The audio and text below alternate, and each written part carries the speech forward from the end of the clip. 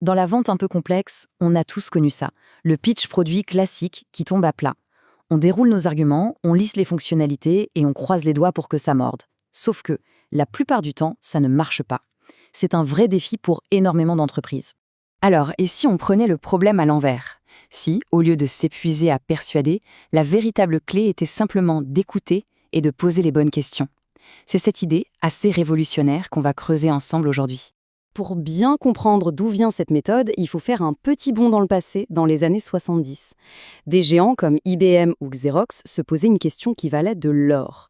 Qu'est-ce qui différencie vraiment un vendeur star d'un vendeur moyen? Ils ont donc mis le paquet et financé une étude absolument colossale pour avoir la réponse. Et quand je dis colossal, regardez ce chiffre, 35 000. C'est le nombre d'appels de vente qui ont été analysés par une équipe de chercheurs dirigée par un certain Neil Rackham. On ne parle pas d'une petite intuition de comptoir, mais de la plus grande étude scientifique jamais menée sur l'art de la vente. Et ce n'est pas tout, cette recherche a duré 12 ans et s'est étendue sur 20 pays. L'ampleur du projet est juste dingue, et ça donne une crédibilité en béton armé à tout ce qui en est sorti. Ce ne sont pas des conclusions tirées au hasard. Et là, c'est la surprise. Le résultat de l'étude a fait l'effet d'une petite bombe. En gros, tout ce qu'on pensait être crucial dans la vente, comme les techniques de closing un peu agressives ou le fait d'avoir réponse à tout, eh bien, ça ne faisait pas la différence. Surtout pas dans les ventes importantes. La vraie découverte, la voilà. Le succès, ce n'était pas de pousser un produit, c'était de comprendre un problème. Les meilleurs vendeurs ne vendaient pas en fait. Ils guidaient leurs clients dans une conversation très structurée pour qu'ils découvrent par eux-mêmes la solution à leurs problèmes.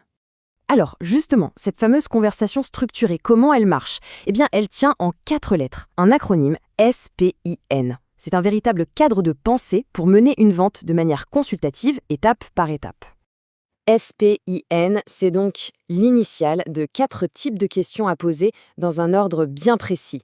D'abord situation, puis problème, ensuite implication, et enfin need payoff qu'on pourrait traduire par bénéfice ou valeur. Chaque étape prépare le terrain pour la suivante. Allez, on commence par la première lettre, S pour situation. Le but ici est tout simple, on plante le décor. On cherche à comprendre le contexte du prospect, ses outils, son organisation, c'est la base. Mais attention, c'est aussi le premier piège à éviter. L'étude de Rackham a montré un truc super intéressant. Les vendeurs d'élite posent très peu de questions de situation. Pourquoi? Parce qu'ils ont fait leur devoir avant l'appel. Et aussi parce que, soyons honnêtes, personne n'aime qu'on lui pose des questions dont la réponse est sur LinkedIn. Donc l'idée, c'est d'être bref et d'aller à l'essentiel. Une fois qu'on a le contexte, on passe à la deuxième étape. P pour problème. Là, on change de registre. On cherche les frustrations, les difficultés, les points de douleur. C'est un peu comme si on cherchait un bleu et qu'on appuyait doucement dessus pour voir si c'est sensible. Et pour ça, on peut poser des questions assez directes comme « Qu'est-ce qui est le plus frustrant pour vous au quotidien ?» ou « Y a-t-il une étape dans votre processus qui vous fait perdre du temps ?» C'est ce qui va ouvrir la porte à une discussion sur ce qui ne va pas. Bon, maintenant attention, on arrive au cœur du réacteur. L'étape qui, d'après l'étude, sépare vraiment les bons vendeurs des excellents.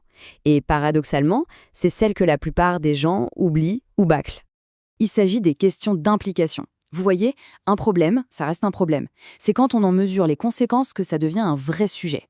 Le but ici, c'est de faire le lien entre ce petit irritant et ses conséquences business. Le coût, la perte de temps, l'impact sur le moral des équipes. Bref, on transforme un problème en enjeu stratégique.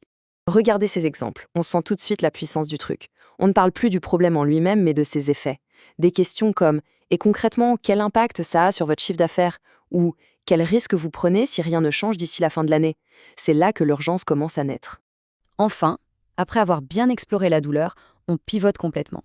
On passe à la solution avec les questions N pour Need Payoff. Et là, l'astuce de génie, c'est de ne surtout pas présenter sa solution.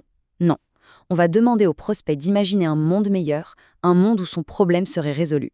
On va utiliser des questions comme « Et si vous pouviez résoudre ça, qu'est-ce que ça changerait pour vous ?» ou « Quel serait le principal avantage si… ?» Et là, magie. C'est le prospect lui-même qui va verbaliser la valeur de la solution. En fait, il se convainc tout seul.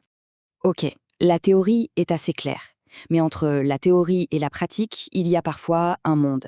Alors comment on fait pour bien appliquer tout ça? Parce que SPIN, c'est bien plus qu'une liste de questions, c'est un état d'esprit. Ce tableau résume parfaitement le changement de philosophie. On passe d'un monologue centré sur notre produit à un vrai dialogue centré sur le client. L'objectif, ce n'est plus de persuader, c'est de comprendre. Et le truc qui est génial, c'est qu'en faisant ça, on prévient les objections avant même qu'elles n'arrivent. Bien sûr, il y a des pièges à éviter. Le plus grand, c'est de transformer la conversation en interrogatoire de police en suivant ces questions bêtement. Il faut que ça reste fluide. Une autre erreur fatale, c'est de sauter l'étape d'implication pour aller plus vite. C'est une très mauvaise idée, car c'est là qu'on crée la valeur. Et puis évidemment, il faut écouter. Vraiment écouter. Donc s'il y a une chose à retenir, c'est celle-ci. Le rôle du vendeur spin, c'est celui d'un guide, d'un facilitateur. On aide le client à cheminer dans sa propre réflexion, à connecter les points et à arriver lui-même à la conclusion que oui, il a besoin de changer quelque chose. Pour conclure, je vais vous laisser avec cette question. Elle résume toute l'essence de l'approche. Le but, ce n'est pas juste de répondre à un besoin qui est déjà sur la table, mais d'aider le client à découvrir un problème, et surtout à mesurer l'impact de ce problème alors qu'il ne l'avait peut-être même pas vraiment vu. C'est là que se trouve la vraie, la plus grande valeur ajoutée.